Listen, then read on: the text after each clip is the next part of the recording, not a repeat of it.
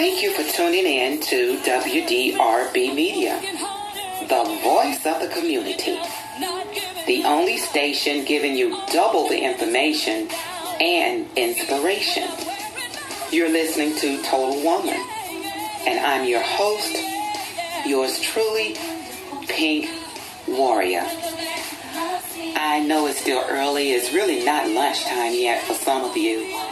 So if you're at work, grab your headsets so you're able to listen to what we have planned for you today. Get your favorite drink, whether it be green tea, alkaline water, your favorite juice or smoothie. Sit back and relax and enjoy what we have for you today. I have really enjoyed the month of August. I've interviewed singers, poets, songwriters, authors. I ran out of time. I had a list of authors waiting to be interviewed, and I promised each and every one I will still get to you. But I dedicated August for that time, but we will still celebrate them and hear their stories. But the month of September, we will celebrate each week. Now, why is that? So glad you asked. This will be my birthday month and my 9th year celebration of life free of cancer. Make sure you ride with me the entire month, as I will not only just celebrate myself. As usual, I will celebrate the lives of a few warriors, but today I will leave you with a few writer's nuggets. Behind every good writer is what? A good editor. It is such a turnoff for me to open up, just open the book. First page, second page, already I see 3 errors. I remember when I first started writing books, it was hard to find a good editor. But now they are like a dime a dozen on the internet, and there is no reason your book should be loaded with typos, grammatical errors. Well, I'm here today to give you a few pointers. Number 1, find you a good editor. Invest in your future. A real editor, not your sister-in-law, a real editor. This is your vision. Invest in your vision. That's really what you want to do. Don't just keep throwing anything out there and say, I'm an author. I've written 3 books, but they're full of errors and typos. So what you want to do is allow your editor to, number 1, proofread your manuscript to correct the grammar, spellings, and eliminate any errors, all errors. That's their job. Let them do their job. I think that's the problem. We want to be the author, the editor, the book cover designer. You have to learn how to delegate authority and trust the people you have in place to do what it is that you need done. Okay? Allow them to proofread it and eliminate the errors, finalizing the work for publication. They're getting it ready for publication. It's almost like getting the baby ready to be born. But you still should not allow them to alter your storyline. That's why I said, find a good editor. I call them real editors. Now keep in mind things like leave the dialect alone. Preserve your voice, your vision. It will make your manuscript more appealing to not just your audience, but to yourself. It has to be your voice. Stop trying to write like somebody else. It has to be your voice, your work, appealing to everybody. Make it a win-win situation. You win, your audience win, your bank account win.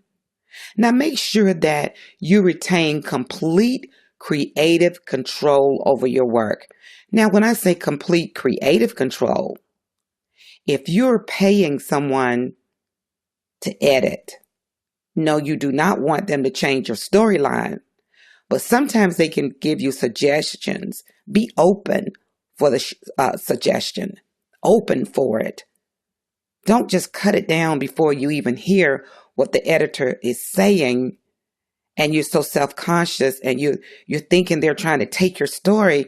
I don't think that's what's going on. But then too, you have to be cautious that you retain complete creative control over your work. You know what it is that you want. You know what message you want to send. Now allow them to provide you with personal, constructive feedback and guidelines. They're the expert in editing. You're sort of the expert in getting your ideas together and getting them down on paper, which is called a manuscript. A manuscript is what you turn over to the editor. Okay.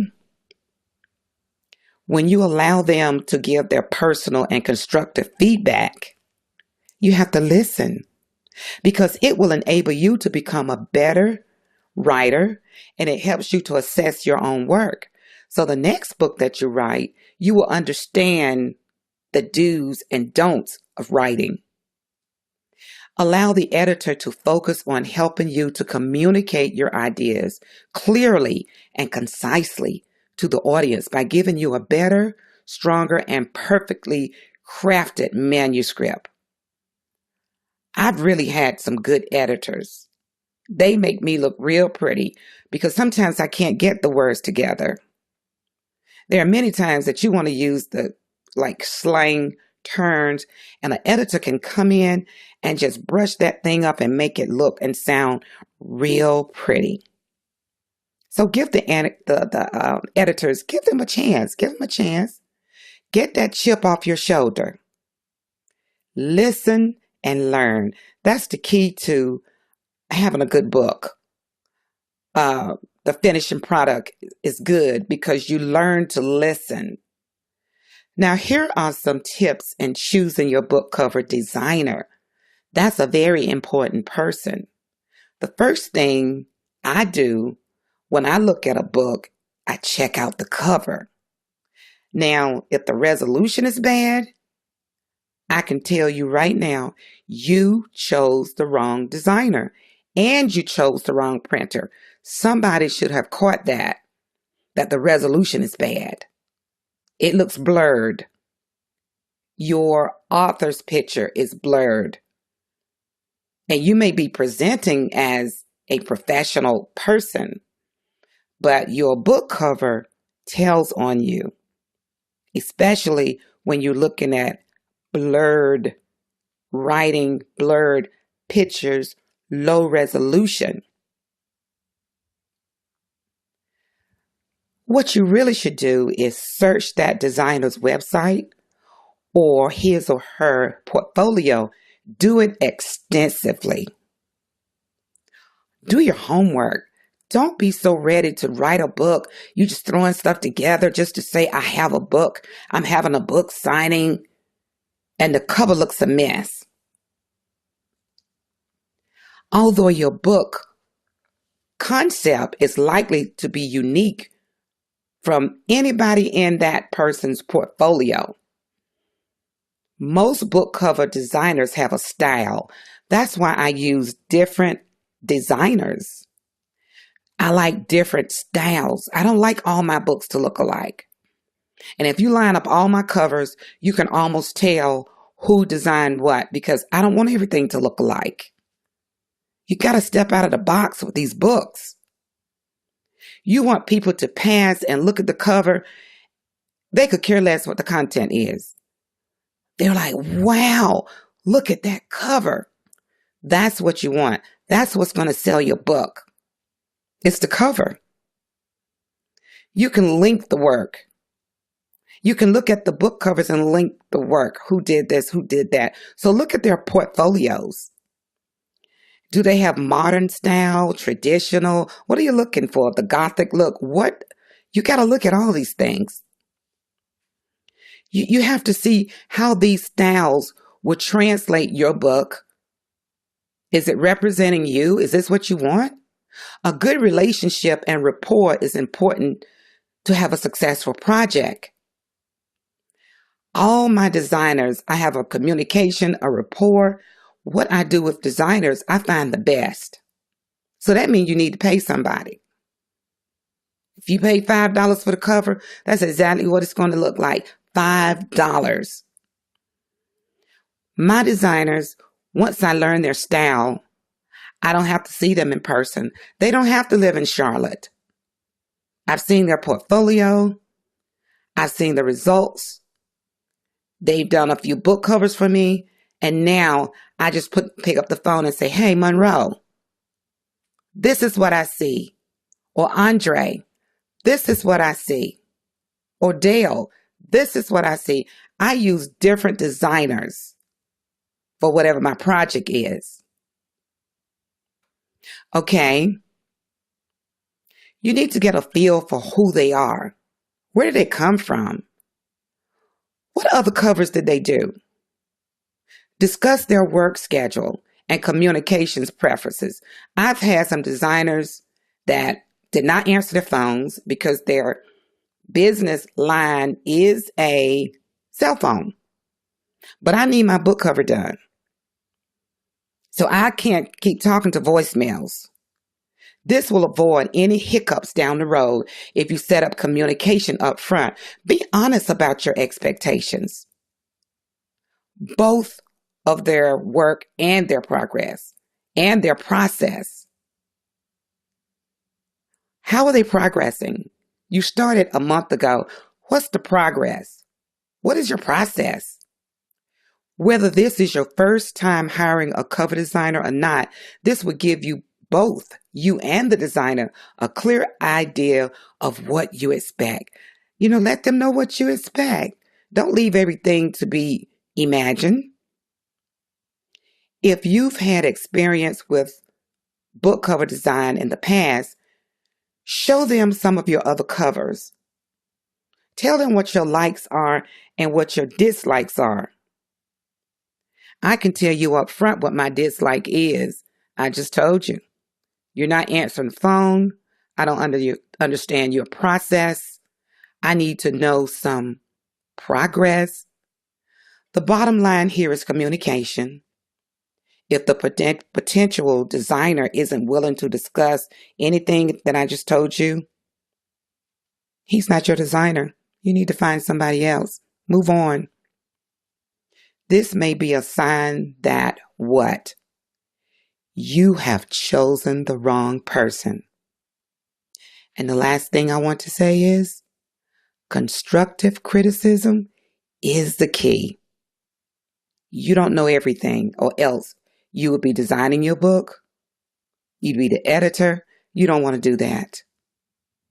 Thank you so much for listening to me today. The month of August is over. We're looking forward to September. We have a lineup of some great people, and I want you to ride with me. I want you to ride with me in September, and you will be satisfied. Thank you so much today for tuning in to the Total Woman broadcast.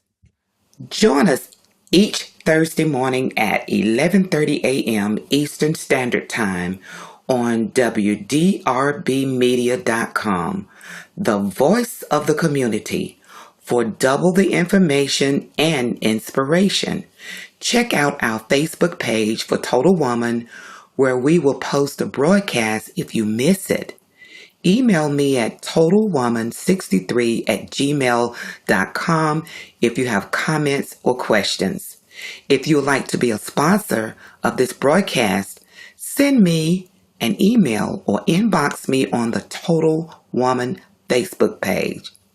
Make sure you have given your best today, because your best is all that you owe. God bless you.